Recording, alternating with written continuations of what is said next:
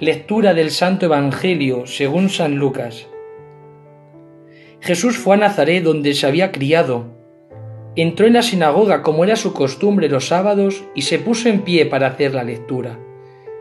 Le entregaron el rollo del profeta Isaías, y desenrollándolo encontró el pasaje donde estaba escrito: El Espíritu del Señor está sobre mí, porque Él me ha ungido. Me ha enviado a evangelizar a los pobres, a proclamar a los cautivos la libertad y a los ciegos la vista, a poner en libertad a los oprimidos, a proclamar el año de gracia del Señor. Y enrollando el rollo y devolviéndolo al que lo ayudaba, se sentó. Toda la sinagoga que tenía los ojos clavados en él. Y él comenzó a decirles: Hoy se ha cumplido esta escritura que acabáis de oír. Y todos le expresaban su aprobación y se admiraban de las palabras de gracia que salían de su boca. Y decían: ¿No es este el hijo de José? Y Jesús le dijo: Ningún profeta es aceptado en su pueblo. Puedo aseguraros que en Israel había muchas viudas en los días de Elías, cuando estuvo cerrado el cielo 3 años y 6 meses, y hubo una gran hambre en todo el país. Sin embargo, a ninguna de ellas fue enviado Elías, sino a una viuda de Sarepta en el territorio de Sidón. Y muchos leprosos había en Israel en tiempos del profeta Eliseo. Sin embargo, ninguno de ellos fue curado, sino Naamán el sirio. Al oír esto, le llevaron hasta un precipicio del monte sobre el que estaba edificado su pueblo, con intención de despeñarlo. Pero Jesús se abrió paso entre ellos y seguía su camino. Palabra del Señor. Gloria a ti, Señor Jesús. Es impresionante imaginarnos a Jesús de pie en la sinagoga de Nazaret. Es impresionante imaginarnos a Jesús leyendo estas palabras del profeta Isaías, donde él tiene intención de leer estas palabras. Dice el evangelista que encontró el pasaje donde estaba escrito las palabras del profeta. Para Jesús, proclamar estas palabras es proclamar el resumen de la buena noticia que quiere dar a la humanidad.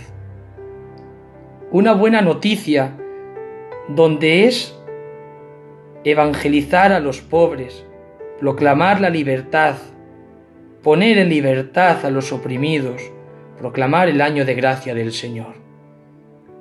Este es el plan pastoral de Jesús, proclamar la buena noticia. Y en estas palabras se dan 2 noticias. En primer lugar, la salvación que obrará Dios en su pueblo, y en segundo lugar, se proclama el hombre elegido, quien es el ungido, que desarrollará esta salvación.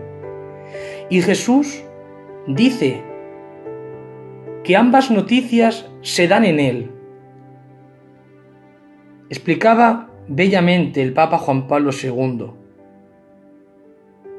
Por una parte, se cumplen en él porque con sus hechos y palabras Cristo hace presente al Padre entre los hombres. Por otra parte, porque al decir que la profecía se cumple en él, enseña que el mensaje de salvación no es otra cosa que él mismo. Al ser él la buena nueva, existe en Cristo plena identidad entre el mensaje y mensajero, entre el decir, el actuar y el ser. Qué hermosas palabras las que el Señor nos quiere decir hoy en el Evangelio.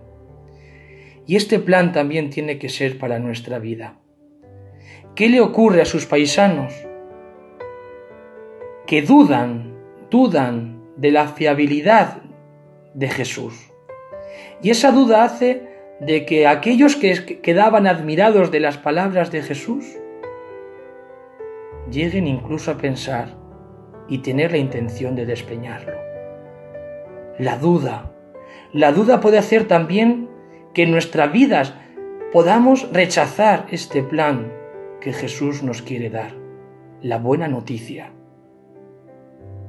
Pidámosle al Señor que confiemos siempre en el amor de su corazón, que hoy nos trae esta buena noticia, que Él es la salvación, que Él es el ungido.